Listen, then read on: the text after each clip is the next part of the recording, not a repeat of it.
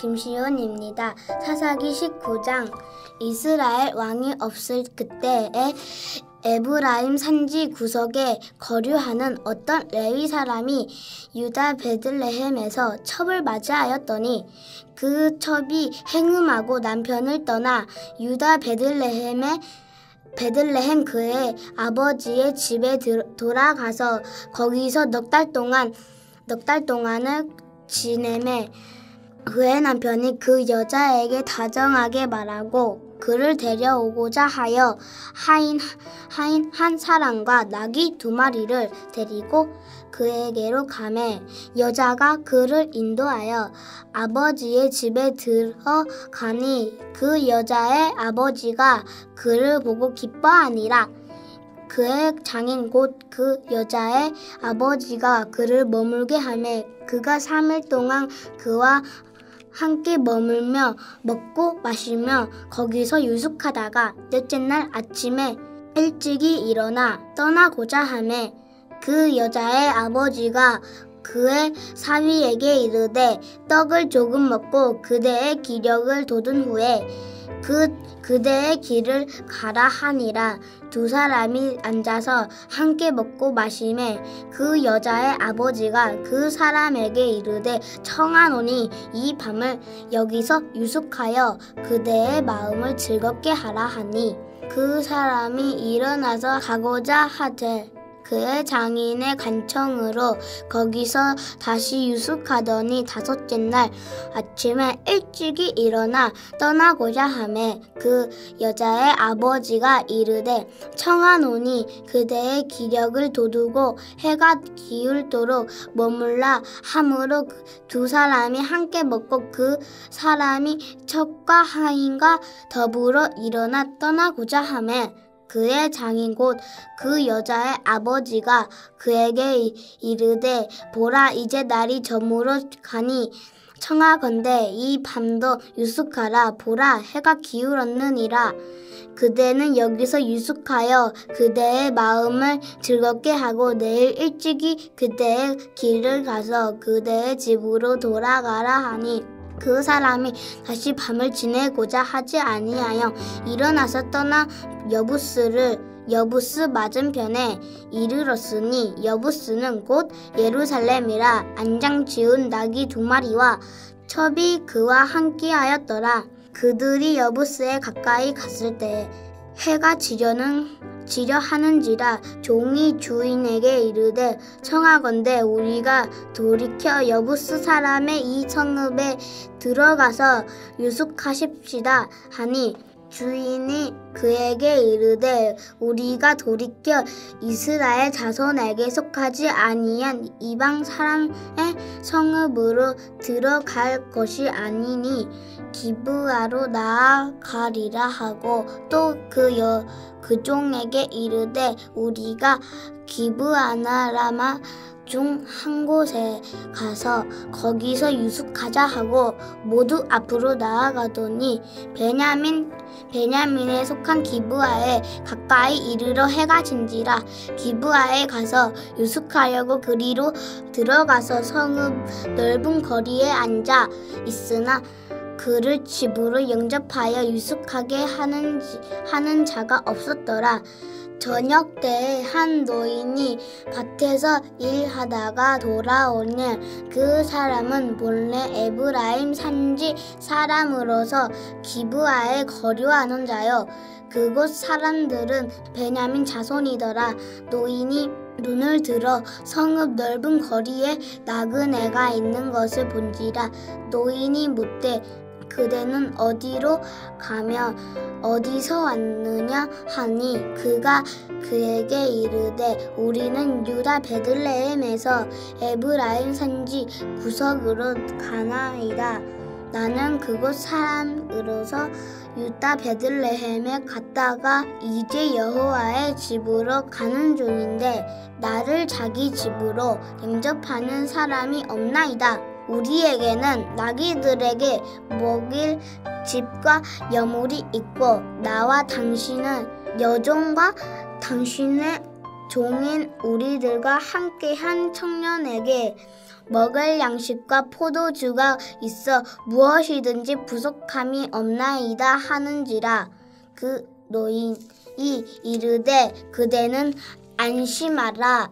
그대의 쓸 것은 모두 내가 담당할 것이니 거리에서는 유숙하지 말라 하고 그를 데리고 자기 집에 들어가서 나귀에게 먹이니 그들이 발을 씻고 먹고 마시니라.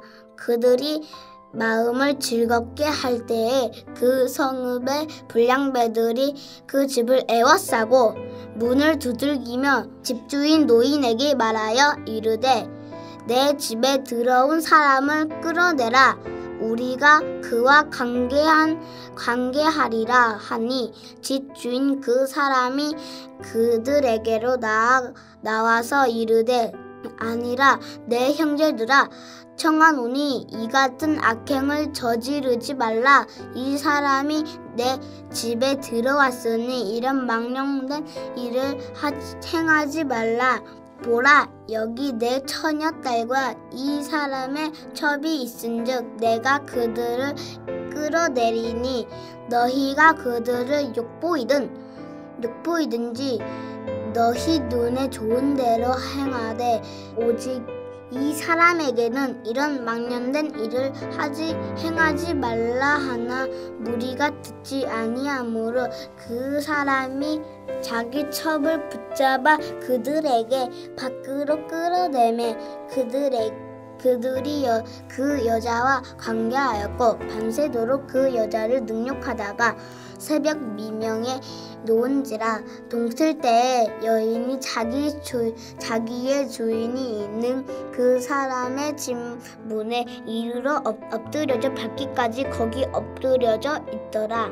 그 주인이 일찍이 일어나 집 문을 열고 떠나고자 하더니 그 여인이 집 문에 엎드려져 있고 그의 두 손이 문지방에 있는 것을 보고 그에게 이르되 일어나라. 우리가 떠나가자 하나 아무 대답이 없는지라. 이에 그의 시체를 나귀에 싣고 행하여 자기 곳에 돌아가서 그 집에 이르러서는 칼을 가지고 자기 첩의 시체를 거두어 그 마디를 찍어 12덩이에 나누고 그것을 이스라엘 사방에 두루 보내매 그것을 보는 자가 다 이르되 이스라엘 자손이 애굽 땅에서 올라온 날부터 오늘까지 이런 일은 일어나지도 아니하였고 보지도 못하였도다. 이 일을 생각하고 상의한 후에 말하자 하니라. 하늘에 계신 우리 아버지여, 이름이 거룩히 여김을 받으시오며 나라가 임하옵시며 뜻이 하늘에서 이룬 것 같이 땅에서도 이루어지이다. 오늘날 우리에게 일용할 양식을 주옵시고 우리가 우리에게 죄 지은 자를 사하여 준 것 같이 우리 죄를 사하여 주옵시고 우리를 시험에 들게 하지 마옵시고 다만 악에서 구하옵소서. 대개 나라와 권세와 영광이 아버지께 영원히 싸움나이다. 아멘.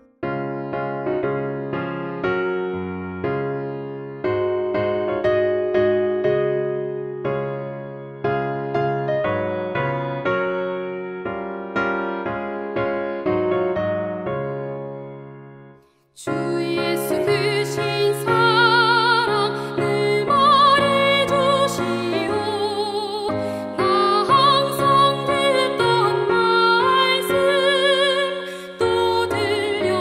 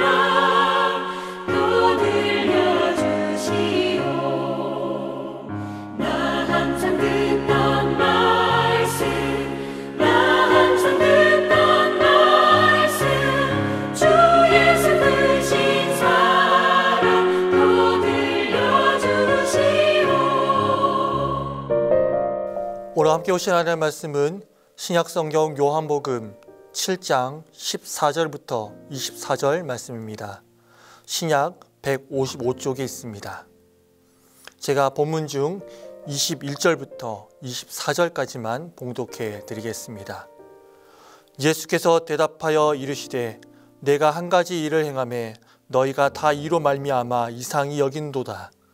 모세가 너희에게 할례를 행하였으니 그러나 할례는 모세에게서 난 것이 아니요 조상들에게서 난 것이라. 그러므로 너희가 안식일에 사람에게 할례를 행하느니라. 모세의 율법을 범하지 아니하려고 사람이 안식일에도 할례를 받는 일이 있거든 내가 안식일에 사람의 전신을 건전하게 하는 것으로 너희가 내게 노여워하느냐.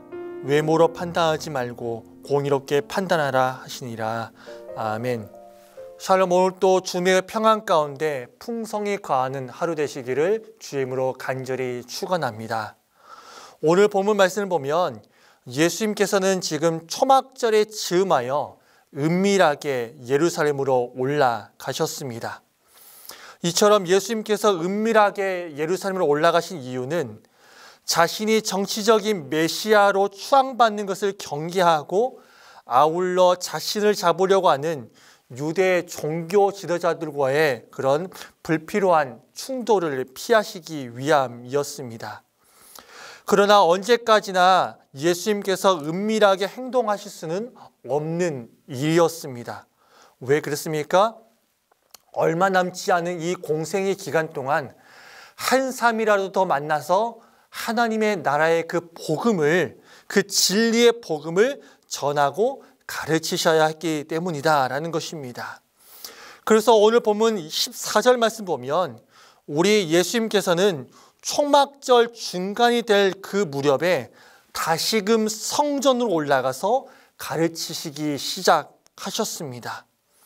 그러자 이 유대 종교 지도자들은 예수님께서 정식적인 그런 그 랍비 교육을 받지 않았다라는 점을 들어서 예수님의 가르침을 평가절하하였습니다.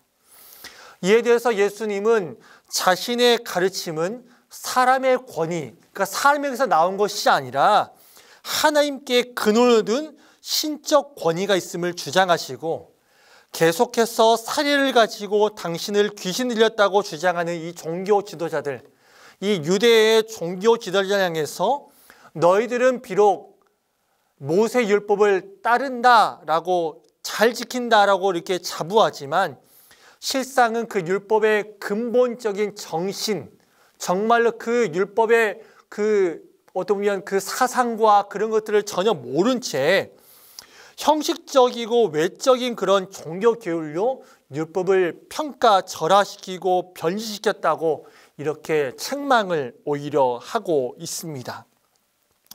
오늘 본문을 통해서 우리는 크게 두 가지 부분을 좀 볼 수 있는데요. 첫 번째는 말씀의 권세가, 이 말씀의 권위가 사람에게서 나오는 것이 결코 아니다라는 것이에요. 다시 말씀 14절 말씀 보면 제가 초반에서도 이야기했지만 이 초막절 중간이 되어서 예수님은 성전에 올라가서 가르치시기 시작하셨습니다.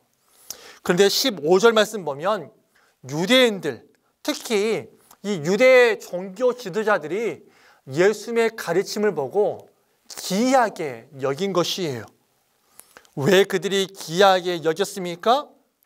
15절에서 언급하고 있는 것처럼 예수님께서는 따로 글을 배우지 않았다라고 하면서 기이하게, 이상하게 그렇게 생각을 한 것입니다. 여기에서 예수님께서 글을 배우시지 않았다라는 것은요, 말 그대로 글을 몰랐고 글을 배우지 않았다라고 하는 그런 말이 아니라 성경에 대해서 배우지 않았다라는 거예요. 사랑하는 성도 여러분, 그 당시에 유대 이 사회에서는요, 그 랍비가 되기 위해서는, 그러니까 사람들을 가르치기 원하는, 그리고 사람들을 가르치는 그런 위치에 오르는 그런 스승이 되기 위해서는요, 일정 그렇게 교육을 받아야 됐습니다. 일정 기간 동안 교육을 받고 또한 그 랍비를 통하여서 교육을 받아야 했습니다.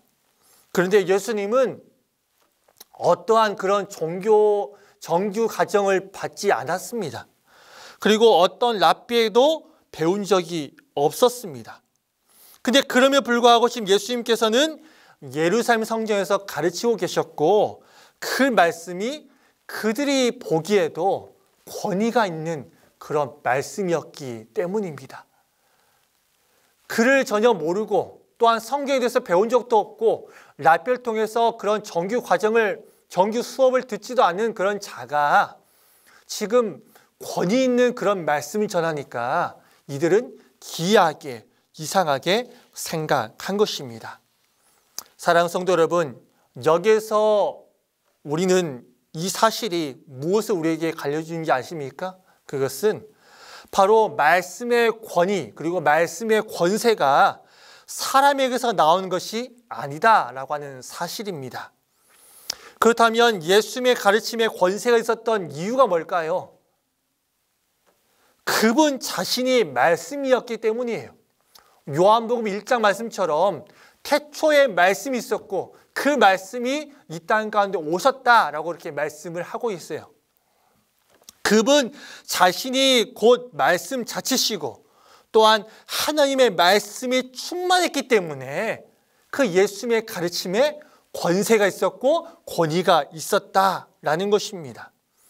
예수님은 세상의 지식으로 충만한 분이 아니라 하나님의 말씀으로 충만하신 분이었기 때문에 말씀을 듣는 청중들에게 필요 적절한 그런 말씀을 주실 수 있었으며, 또한 성경에 대한 정확하고도 권위 있는 해석을 할 수 있었다라는 것입니다.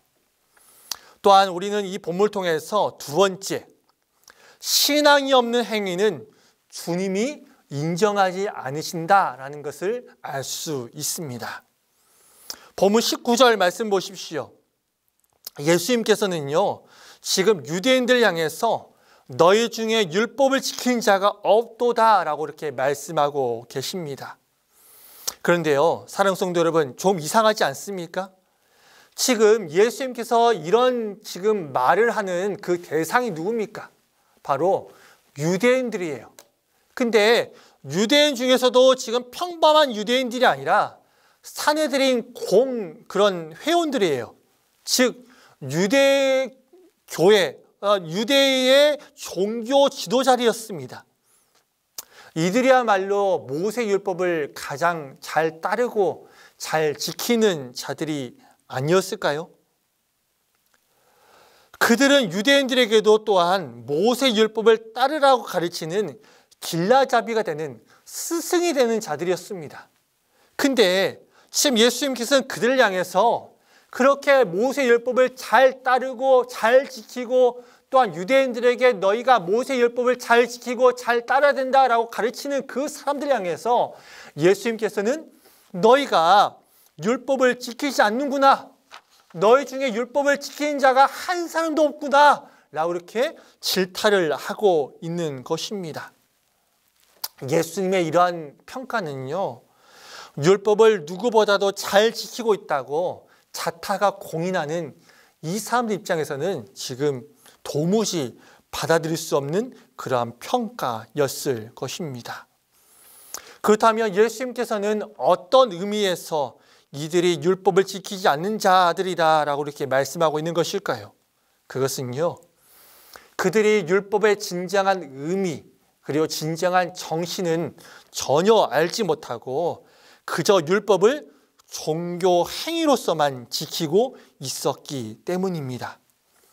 비록 그들이 일주일에 금식을 밥 먹듯이 하고 또한 소득의 11조를 정확히 계산해서 내고 안식의 규례를 지키고 율법을 온전히 지키고 따른다 할지라도 그 모든 것은 그저 종교 행위에 불과했다라는 것입니다.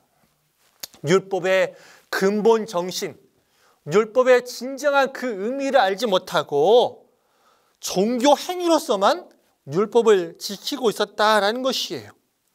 다시 말하면 그들은 율법의 규정은 알고 있었지만 그 율법 안에 담긴 참된 정신은 모르고 있었다라는 것입니다. 지금 21절 이하의 말씀도 한번 보십시오. 유대인들은 예수님께서 안식일에 병자를 치유하신 것을 율법의 행위를 어긴 것이다 라고 그렇게 질타하고 그렇게 면박을 주고 있는 것입니다.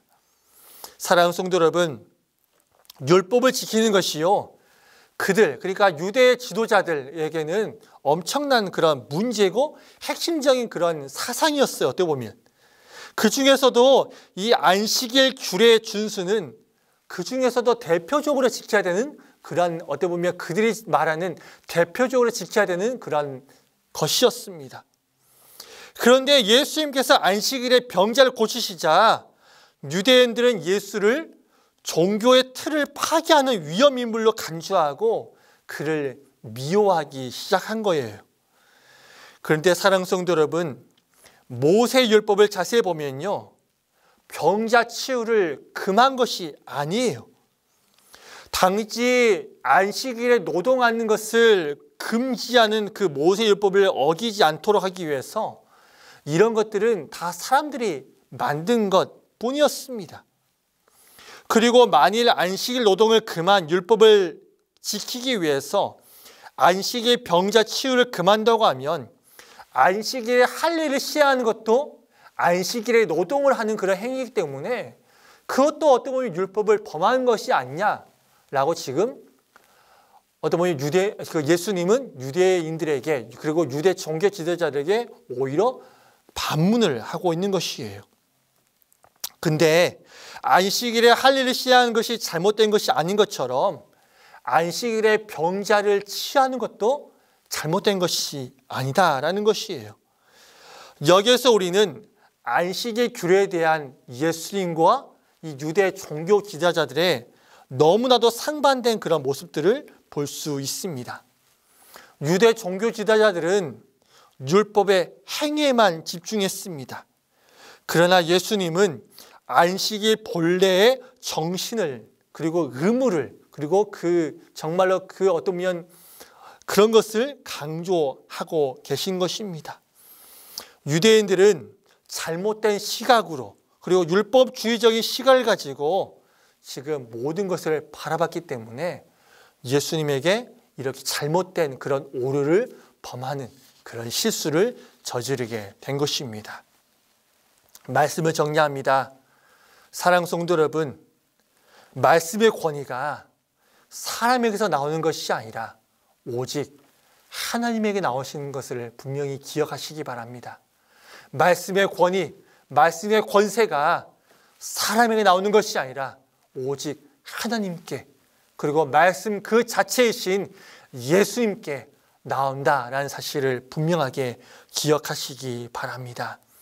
또한 신앙이 없는 행위만 있는 신앙이 아닌 신앙이 있는 믿음이 있는 신앙인이 되시기를 바랍니다. 잘못된 신앙을 가지고 오늘 본문처럼 유대인처럼 잘못된 해석을 하게 되는 그런 것을 범하지 않기를 바랍니다. 잘못된 신앙을 가지고 있으면 오늘 본문의 유대인처럼 잘못된 해석을 하게 되고요. 말씀에 대한 진정한 뜻을 깨달을 수 없습니다.